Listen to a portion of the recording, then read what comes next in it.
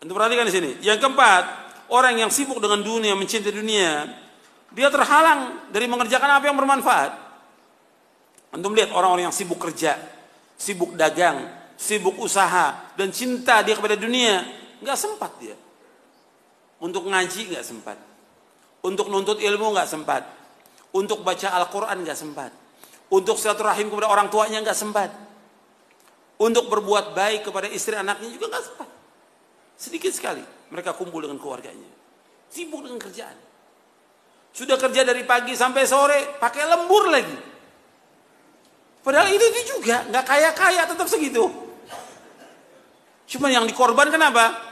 Pengajian dikorbankan, baca Quran dikorbankan. Bahkan ada yang sholat dikorbankan oleh dia. Sebelum subuh berangkat, sebelum subuh untuk ngejar kerjaan ini, untuk dagang sebelum subuh berangkat. Sholat subuhnya di mana?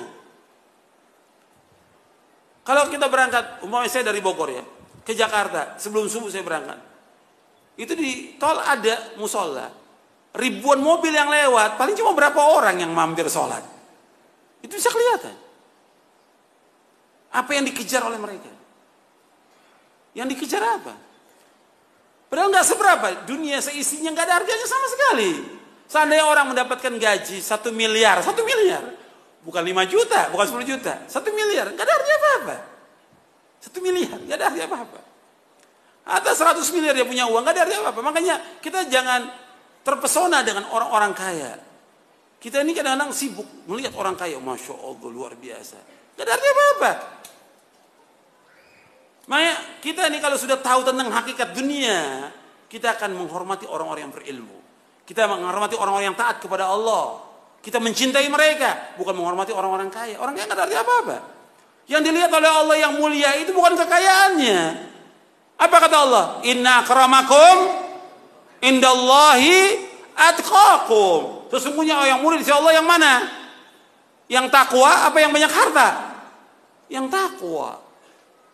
Bukan yang banyak harta, bukan yang punya kedudukan jabatan. Kedudukan jabatan sebentar.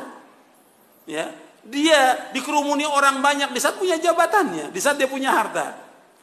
Kalau hartanya sudah nggak ada, jabatan nggak ada, apa orang mau dekat lagi sama dia? Nggak akan ada orang mau dekat. Tapi orang yang berilmu, meskipun dia miskin, tetap datangi oleh orang.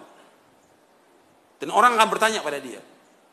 Makanya pernah ada di zaman dahulu, ada seorang ibu punya anak, cacat anaknya ini. Selalu dijadikan bahan gurauan, dicela. Kemudian kata ibunya, wahai anakku, kamu belajar. Belajar ilmu syar'i. Belajar kamu. Belajar. Allah akan muliakan kamu. Karena dia ingat kepada ayat Al-Quran si ibu ini. Yarfa'in lahu alladhina amanu minkum walladhina utul ilma darajat. Belajar. Anak ini terus belajar. Sampai dia berilmu. Nggak dicela lagi oleh orang. Nggak dihinakan lagi. Semua orang datang. Hatta orang-orang kaya datang pada dia untuk belajar. Ya, makanya ilmu tetap.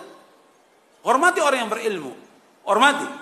Karena Allah yang memerintahkan demikian dan juga Rasul memerintahkan demikian. Sallallahu alaihi wasallam. Gak ada suruh menghormati orang kaya, gak ada. Kalau menghormati orang yang lebih tua ada dalam hadis Nabi yang sahih. Tapi orang kaya gak ada.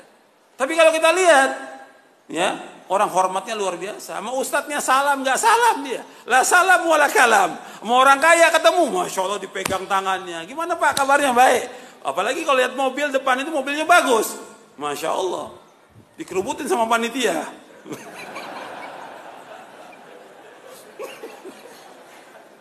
Allahul musta'an. Jadi dilihat oleh manusia orang kaya. Orang kaya yang dilihat. Dan itu kenyataan semuanya. Hatta dalam pandangan sebagian ustadz juga ya. Yang dilihat orang kaya. Dalam Islam bukan orang kaya, orang yang bertakwa kepada Allah. Nggak ada nilainya orang kaya itu. Makanya kalau kita sudah tahu hakikat dunia, nggak ada artinya orang-orang itu. Dia ajak mereka untuk ngaji, udah. Kita hanya mengajak mereka untuk ibadah kepada Allah. Sudah kita ajak mereka. Kalau mereka dari hartanya mau bantu masjid, mau bantu pondok, buat dia, bukan buat kita. Bukan buat pribadi kita, buat dia di akhirat pahalanya, bukan buat kita. Kita hanya mengajak. Tapi jangan kemudian kita dekati orang-orang kaya itu sampai kita tunduk pada mereka, jadi budaknya mereka. Nggak boleh dalam Islam. Banyak yang jadi budak, termasuk ustadz banyak yang jadi budak orang kaya. Bodoh. Nggak boleh dalam Islam. Diajak mereka untuk ngaji, memahami tentang agama yang hak, agar mereka faham tentang Islam, melaksanakan Quran dan Sunnah. Sampai si ustadz nggak berani negor si orang kaya ini yang jelas melanggar syariat, berbuat maksiat. Kenapa? Uangnya dibeli hatinya dengan uangnya, nggak boleh dalam Islam. Makanya ingat, kita jangan sampai terhalang daripada akhirat ini dengan adanya orang-orang kaya. Saya kembali kepada yang tadi, kata Ibnu Qayyim, orang yang cinta dunia, dia sibuk dengan dunia, sibuk sudah luar biasa dengan dunia ini. Sehingga apa? Nggak sempat ngaji. Anda bisa lihat, bukan mereka nggak ada waktu hari Ahad ini libur, bukan mereka nggak ada waktu.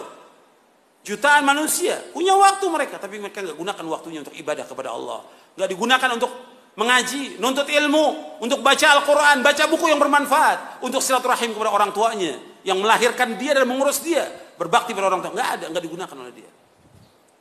Makanya melalui justru dia di sini sebutkan membuat manusia tidak sempat terhalang melakukan sesuatu yang manfaat bagi dia di akhirat.